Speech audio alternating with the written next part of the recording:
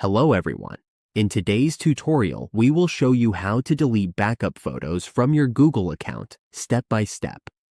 This is helpful if we want to free up storage or manage our cloud photos. This tutorial is for those of us using a browser to delete backup photos.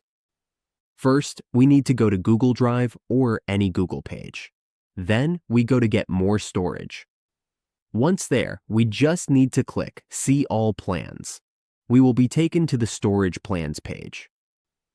On this page, we simply click on Storage. Here, we will see our photos right away. These are our photos. We just need to click on them.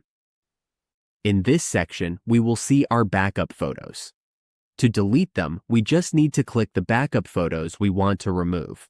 We will see a trash icon appear. Then, we move them to trash so they will be deleted.